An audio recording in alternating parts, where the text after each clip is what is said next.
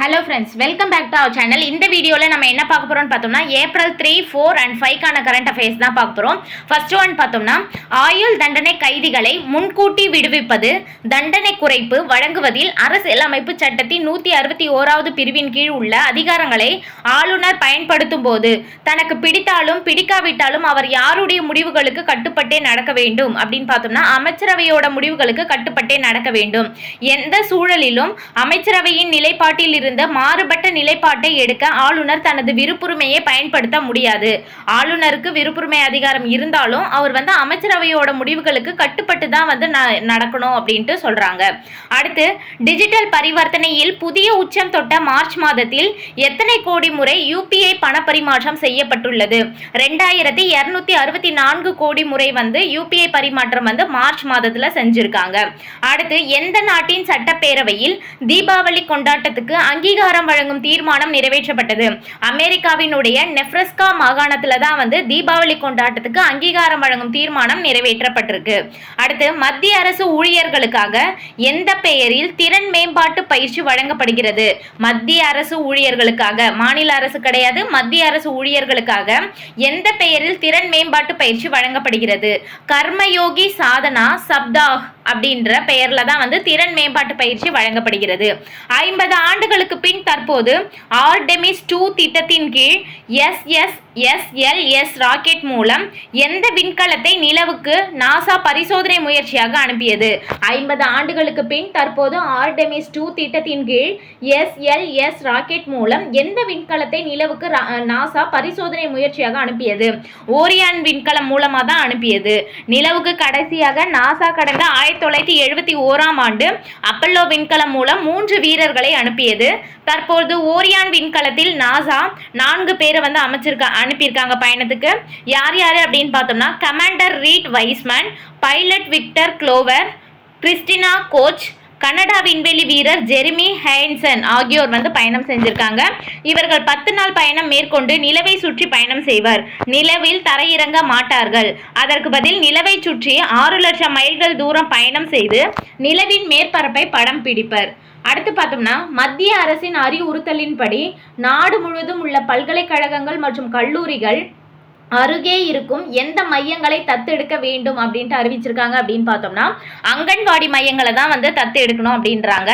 எத்தனை அங்கன்வாடி மையங்கள் அப்படின்னா 5 அல்லது 6 அங்கன்வாடி மையங்களை தத்தெடுக்கணும். யார் யார் அப்படின்னு பார்த்தோம்னா பல்கலைக்கழகங்கள் மற்றும் கல்லூரிகள். இதற்கான காரணம் என்ன அப்படின்னு பார்த்தோம்னா 3 முதல் 6 வயதுக்கு உட்பட்ட குழந்தைகளுக்கான ஆரம்ப கல்வியை மேம்படுத்த இந்த முன்னெடுப்பு எடுத்திருக்காங்க. 3 முதல் 6 வயதுக்கு உட்பட்ட குழந்தைகளுக்கான ஆரம்ப கல்வியை மேம்படுத்த இந்த முன்னெடுப்பு எடுத்திருக்காங்க. மேக் இன் இந்தியா திட்டத்தின் கீழ் உருவான 6670 டன் எடையுள்ள வலிமை மிக்க எந்த போர்க்கப்பல் நாட்டுக்கு அர்ப்பணிக்கப்பட்டுள்ளது? INS தாராகிரி அப்படின்ற கப்பல் தான் நாட்டுக்கு அர்ப்பணிக்கப்பட்டுள்ளது. இதில் பயன்படுத்தப்பட்டுள்ள 75% அதிகமான பாகங்கள் மற்றும் தொழில்நுட்பங்கள் உள்நாட்டிலேயே தயாரிக்கப்பட்டது. இக்கப்பல் ரேடார்களின் பார்வையில் படாமல் தப்பிக்கும் வசதியை கொண்டது. எதிரி நாடுகளின் ரேடார்களுக்கு தெரியாமல் கடல் பரப்பில் ஊடுருவி தாக்குதல் நடத்தும் திறன் உண்டு. போர்க்களத்தில் நொடி பொழுதில் முடிவெடுக்க உதவும் நவீன காம்பேக்ட் மேனேஜ்மெண்ட் சிஸ்டம் மூலம் ஆயுதங்கள் ஒருங்கிணைக்கப்பட்டுள்ளன. எந்த கப்பல் பார்த்தோம்னா INS தாராகிரி கப்பலுக்கு இந்த சிறப்பம்சங்கள்லாம் இருக்கு. அடுத்து பார்த்தோம்னா எந்த அணுசக்தி நீர்மூழ்கி கப்பல் 3வதாக கடற்படையில் இணைக்கப்பட்டுள்ளது? INS அரிதாமன் அப்படின்ற நீர்மூழ்கி கப்பல் தான் 3வதாக கடற்படையில் இணைக்கப்பட்டுள்ளது. இது 7000 டன் எடை கொண்டது. இந்த நீர்மூழ்கி கப்பலில் 90% உள்நாட்டு தொழில்நுட்பம் பயன்படுத்தப்பட்டுள்ளது.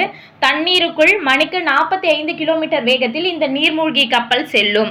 இந்த கடற்படையில் உள்ள INS அரிஹண்ட், INS அரிகட் நீர்மூழ்கி கப்பல்களை விட இந்த கப்பல் 2 மடங்கு சக்தி வாய்ந்தது அப்படின்ட்டு சொல்றாங்க.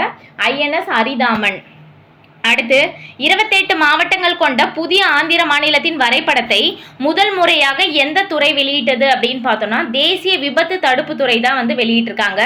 ஏற்கனவே 26 மாவட்டங்கள், தற்போது கூடுதலாக மார்காபுரம் மற்றும் போலாவரம் இணைந்து 28 மாவட்டங்களாக குறிப்பிடப்பட்டுள்ளது. அடுத்து பிகானீர் கார வகை தின்பண்டங்கள் தொழிலுக்கு பெயர் பெற்று விளங்கும் மாநிலம் எது அப்படின்னு பார்த்தோம்னா ராஜஸ்தான். பிகானீர் கார வகை தின்பண்டங்களுக்கு தொழிலுக்கு பெயர் பெற்று விளங்கும் மாநிலம் எது அப்படின்னு பார்த்தோம்னா ராஜஸ்தான். தற்போது இந்தியா எந்த நாட்டிடமிருந்து கச்சா எண்ணெய் வாங்குகிறது? ஆப்பிரிக்கா நாட்டில் இருக்க அங்கோலா அப்படின்ற பிளேஸ்ல இருந்து வந்து கச்சா எண்ணெய் வாங்குறாங்க. ஹங்கோ மற்றும் க்ளோவ் ரக கச்சா எண்ணெய் இறக்குமதி செய்யப்படுகிறது. இது ஆசிய சுத்திகரிப்பு நிலையங்களுக்கு உகந்த ரகமாகும். இதிலிருந்து பெட்ரோல் மற்றும் டீசல் அதிக அளவில் பெற முடியும் அப்படின்றதுனால ஆப்பிரிக்காவில இருந்து வாங்குறாங்க. அடுத்து பார்த்தோம்னா, நாடாளுமன்றத்திலும் மாநில சட்டமன்றங்களிலும் பெண்களுக்கு 33% இடஒதுக்கீடு அளிக்கும் சட்டம் எந்த ஆண்டு நிறைவேற்றப்பட்டது? 2023 வந்து நிறைவேற்றப்பட்டது. ஆனால் வந்து நாடாளுமன்றத்தில் வந்து நடைமுறைக்கு கொண்டுட்டு வரல. 2024 நிலவரப்படி நாடாளுமன்றத்தில் பெண்களின் பிரதிநிதித்துவம் குறித்த 183 நாடுகள் கொண்ட பட்டியலில் இந்தியா எந்த வரிசையில் உள்ளது? 143வது வரிசையில் தான் இருக்கு. 2024 நிலவரப்படி நாடாளுமன்றத்தில் பெண்களின் பிரதிநிதித்துவம் குறித்த 183 நாடுகள் கொண்ட பட்டியலில் இந்தியா வந்து 143வது இடம் இருக்கு. அடுத்து, அமெரிக்காவின் வாஷிங்டன் டிசி மேயர் பதவிக்கான தேர்தலில் தமிழகத்தை பூர்வீகமாக கொண்ட எந்த பெண் போட்டியிடுகிறார்? ரினி சம்பத். 31 வயதான ரினி சம்பத் தான் வந்து இவங்க தேனி மாவட்டத்தை சேர்ந்தவங்க. இவங்க தான் வந்து டிசி மேயர் பதவிக்கான தேர்தலில் போட்டியிடுறாங்க. ஓகே ஃப்ரெண்ட்ஸ், இந்த வீடியோ உங்களுக்கு பிடிச்சிருந்தா லைக் பண்ணுங்க, உங்க ஃப்ரெண்ட்ஸ்க்கும் ஷேர் பண்ணுங்க, மறக்காம சப்ஸ்கிரைப் பண்ணுங்க. தேங்க்ஸ் ஃபார் வாட்சிங்.